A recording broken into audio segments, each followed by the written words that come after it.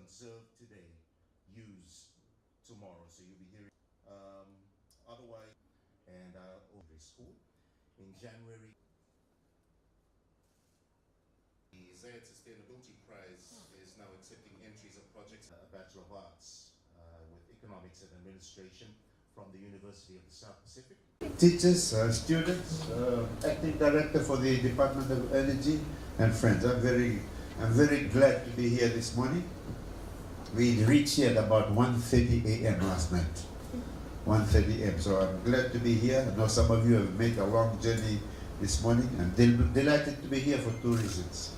First, to acknowledge all of you who participated in our 2018 National Energy Saver Competition.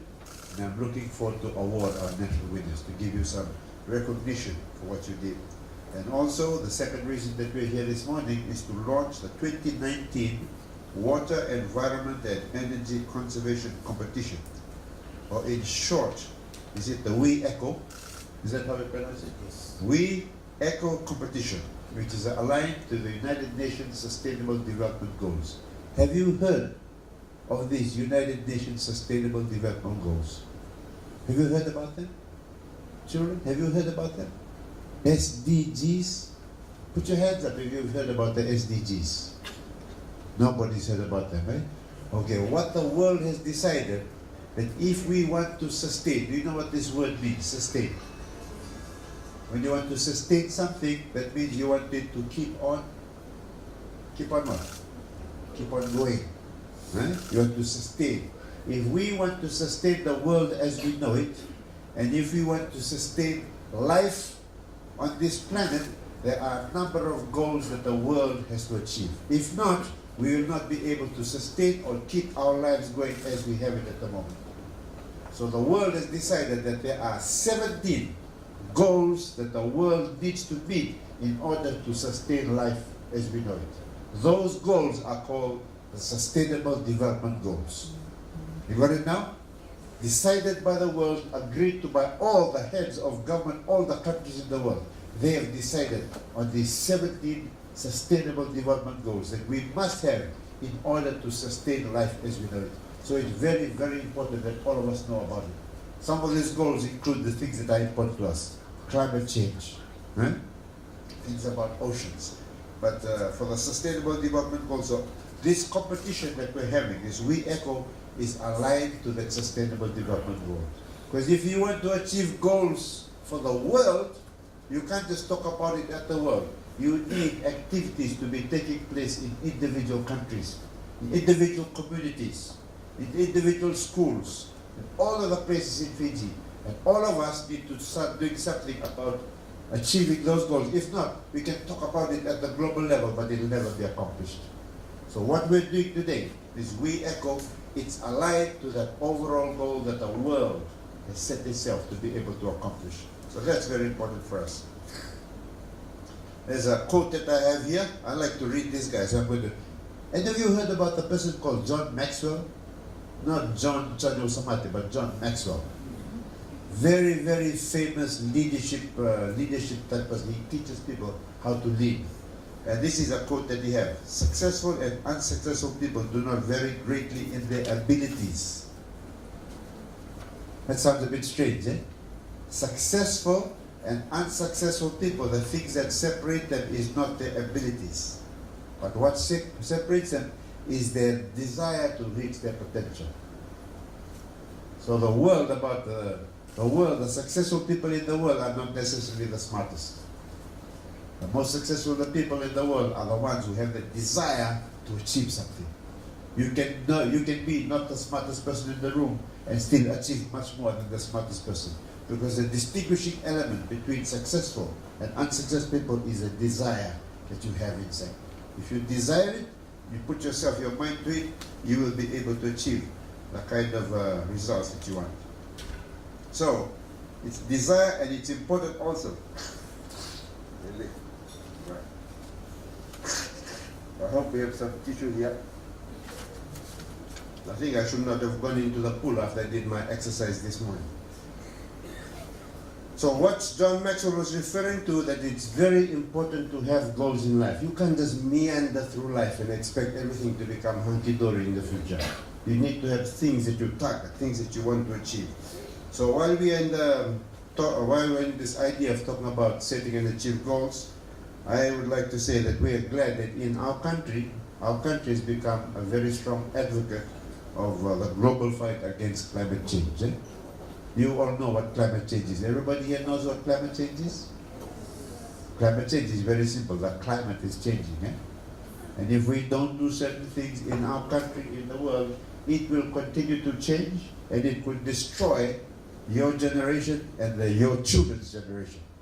Our generation might be gone, but if we don't do something about it, if we don't start changing some of the things that we do today and how we do things today, we could be destroying the life that your children, you that school children here, your children will live in, and your children's children. We could be destroying the kind of environment, the world that we live with them. So Fiji, along with smaller island developing states, face similar challenges ranging from our remote location, limited topography, our vulnerability to natural disasters, climate change impacts, and heavy reliance on imported fossil fuels. Oh, I think that's distracted my attention. I hope it's an NCD-friendly cake. Our nationally determined contribution energy sector implementation roadmaps aims to reduce our carbon emissions by 30% in 2030. You've heard about these carbon emissions. Do you know what carbon emissions are, children? Yes, we're putting too much what into the atmosphere? Too much carbon, greenhouse gas emissions. When the world was designed, we had all these lovely plants that were designed to capture the carbon and put it in the ground. And what have we done? We've taken all that carbon out and we've released it into the atmosphere. And as we put more and more carbon into the atmosphere, what happens? The world gets colder or hotter. And as it gets hotter, the glaciers are melting. What's happening to the seas? Seas are rising. The sea temperature is also getting hotter. Our reefs are beginning to disappear. You know, the reefs are dying all over Fiji. And when reefs disappear, what happens to the fish and all the animals that live in that reef ecosystem? What happens to them? They start disappearing also. Sea level, the estimates are that the sea is going to rise by at least 1 meter. At least 1 meter over the next 90 years. And there's a lot of estimates about those social. So it's very important for us to focus on how we can reduce carbon emission into the atmosphere and how we can reduce greenhouse gas emission. If we don't do that, we are going to face a lot of difficulties. Now, in our ministry, we are focusing, what we want to do is to reduce 20% of the energy sector carbon dioxide emissions through a renewable energy program. So at the moment, a lot of the power that we use in Fiji comes from, where does it come from? Where does most of our power in Viti Levu come from? Electricity, this power, the thing that lights all this thing. Where does most of it come from? Comes from? Where?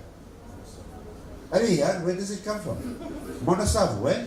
50 to 60% of our electricity comes from Monasavu. That means it comes from water. The rest of that power, where does it come from? It comes from burning fossil fuel.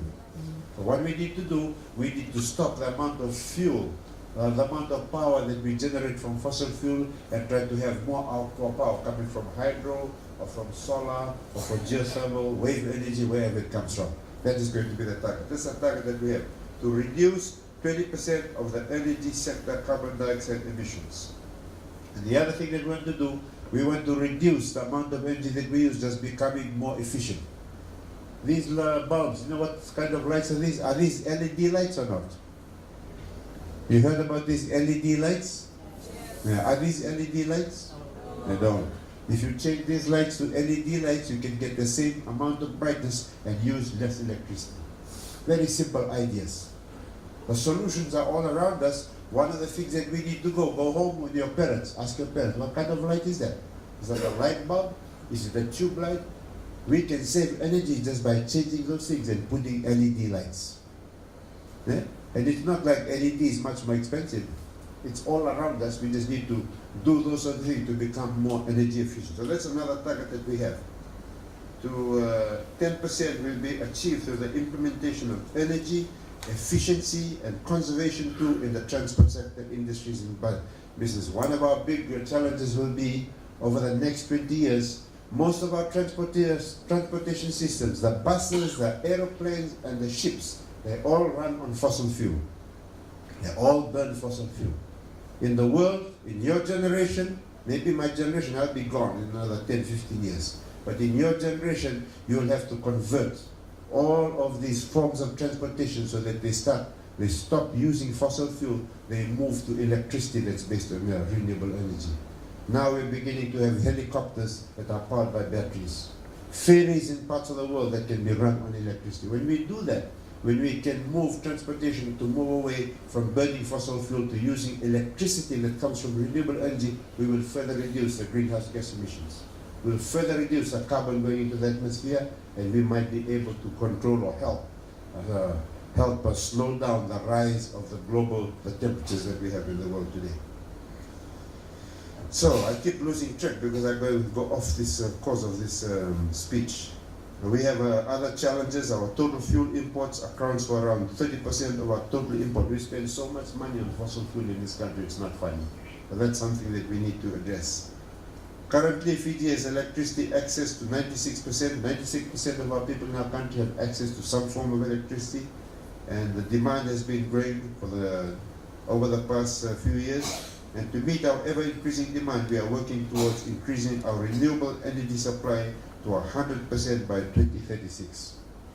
By 2036, our government wants to make sure that all of the lights that we are using in Fiji are coming from renewable energy. Whether it's coming from hydropower or solar power, maybe they'll come up with some wind power, there might be some geothermal power, who knows, we might even have energy coming from wind action, waves. So all of these things, that is a target of government by 2036. Not an easy target to do, but we need to do that. Why do we need to do that? Because we need to look after the climate. We need to slow down the rise in the global temperature of the world. Energy efficiency and conservation is one of the cost-effective measures to address our energy consumption. We are educating our people to save and use energy wisely and to adopt and purchase energy-efficient technologies and appliances. These are low-hanging fruits, initiatives that require minimal or zero capital investment. However, the savings are quite significant. Government has put in place a number of programs to address the efficient use of energy. This includes the Minimum Energy Performance Standards Labeling Program, which came to effect in 2012 to prevent the sale of inefficient appliances in our markets. Since the implementation of this program, we have achieved an estimated savings of 2.8 million kilowatt hours in electricity, which equates to approximately 6,000 tons of diesel fuel saved, managing reductions of 737 tons of carbon dioxide in greenhouse gas emissions. So just by being a bit more sensible, changing the kind of appliances that we use, just by doing that, instead of using these sorts of lights, using LED lights, buying refrigerators that use less power, just by doing that, we reduce the amount of carbon we put back into the atmosphere. And when we do that, we have to minimize the impact that has on the global rise of our temperatures. The ministry has begun this competition from 2010 in a bid to provide students of both the primary and secondary level. This is a good platform for learning about energy issues, particularly for those that we face locally. And since its inception, an average of 50 schools participate in the competition annually. Competition has helped to educate and expose our children to explore new ideas and create opportunities in the field of science. Our students are able to showcase their artistic skills through designing, conducting research and analysis with hands-on experience to broaden their understanding on the usage of clean energy technology. For this year's competition, we have moved one step by aligning ourselves to the Sustainable Development Goals. You now know what the Sustainable Development Goals are. The goals that the world has agreed are necessary for us to preserve the world and preserve life as we know it today. We have shifted the focus away from just concentrating on energy, but have also included climate change, environment, and water sustainability subjects. The theme for the 2019 competition is Conserve Today, Use Tomorrow. If you use it all today, you won't have anything tomorrow, right? That's it. Yeah, we have to conserve today so that we can use tomorrow, so that the people that follow us tomorrow, they'll have something to use. The theme is aligned to the Sustainable Development Goal of clean water and sanitation, affordable and clean energy and climate change. The message in the theme is trying to portray that if natural resources such as energy, water and environment are carelessly managed, it will be exhausted. However, if they are used wisely and efficiently, it will last much longer, and all living beings, including our future generation, your children, will be able to benefit from them. We are not running this competition in isolation, and in fact we are aligning our We Eco competition to the Zayed Sustainability Prize hosted by the United Arab Emirates. You all know where the United Arab Emirates are? One of these Arab Emirates is very famous for seven-a-side rugby. Do you know which one it is? The United Arab Emirates actually consists of 7 different countries. One of them is where we have a big sevens tournament. Do you know which one it is? Dubai. Dubai is one of those Arab Emirates. The Zayed Sustainability Prize is an internationally renowned competition that is competed in 5 regions and 7 categories. I'm proud to say that 2 of our schools have already reached a milestone of being shortlisted as finalists in the Global High School category in the East Asia and Pacific region. These include the Sangam Sadhu Kupuswamy Memorial College in 2016. Let's give them a big hand for reaching the final in 2016. And the one that I met earlier this year, Nambala Secondary School in 2019. Let's give them a hand. As I mentioned before, I was fortunate to attend and witness the award of prizes for 2019 Zayed competition where Nambala Secondary School attended. I was overwhelmed and delighted to hear that one of our local schools was mentioned as one of the finalists. This is an achievement in its own and sets a platform that not only we can compete but can also win. So I encourage all the schools that are here, that are present here today, to compete and to win. It is to be our mission that before 2023, we must aspire that one of you win the East Asia and Pacific region category. My ministry will render all necessary support and assistance to make this a reality. But it's not just about winning awards. I think the important thing behind all these awards is the message behind the awards must be something that you, the children and the teachers take in and internalize. You internalize it, and it's not just about the winning award, it's about making a change in your community. Change in terms of energy efficiency, change in terms of all the things that talk about reducing greenhouse gas emissions. As I said right at the very beginning, you remember the quote that we mentioned about John Maxwell? Who is it that succeeds? The people with the greatest ability or the people that have a desire to make a change? Desire. Desire is the most important. Desire and perseverance and hard work. That's the most important category for success, not necessarily having all the abilities. I know a lot of people that have a lot of abilities, but they don't do much with it, they don't achieve much. But this issue that we're talking about, climate change, carbon emission, greenhouse gas emissions, must be something that we regard as important for us because it's about life itself. There was a report that came out last year, I think in October last year, that says that the world has around 12 years to change a lot of its habits, or the world will become too warm and we will destroy ourselves. 12-year gap. So all of you, this generation, we have to start making the changes. How we conserve water, how we change the way that we generate our electricity and our power. So this award program that we have is not just for the awards, but we need to make that change in your life, in the life of your community, so we can preserve this world and this earth for those that follow us. So with those words, it will give me great pleasure this morning to award the prizes to the winning students in schools and also launch the 2019 We Eco competition. And finally, I'd like to wish safe travels to all teachers and students back home. Thank you. And God bless us all. For Oceania, and she's part of $350 each.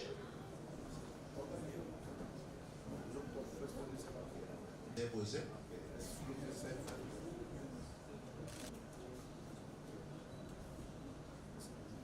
This is the energy.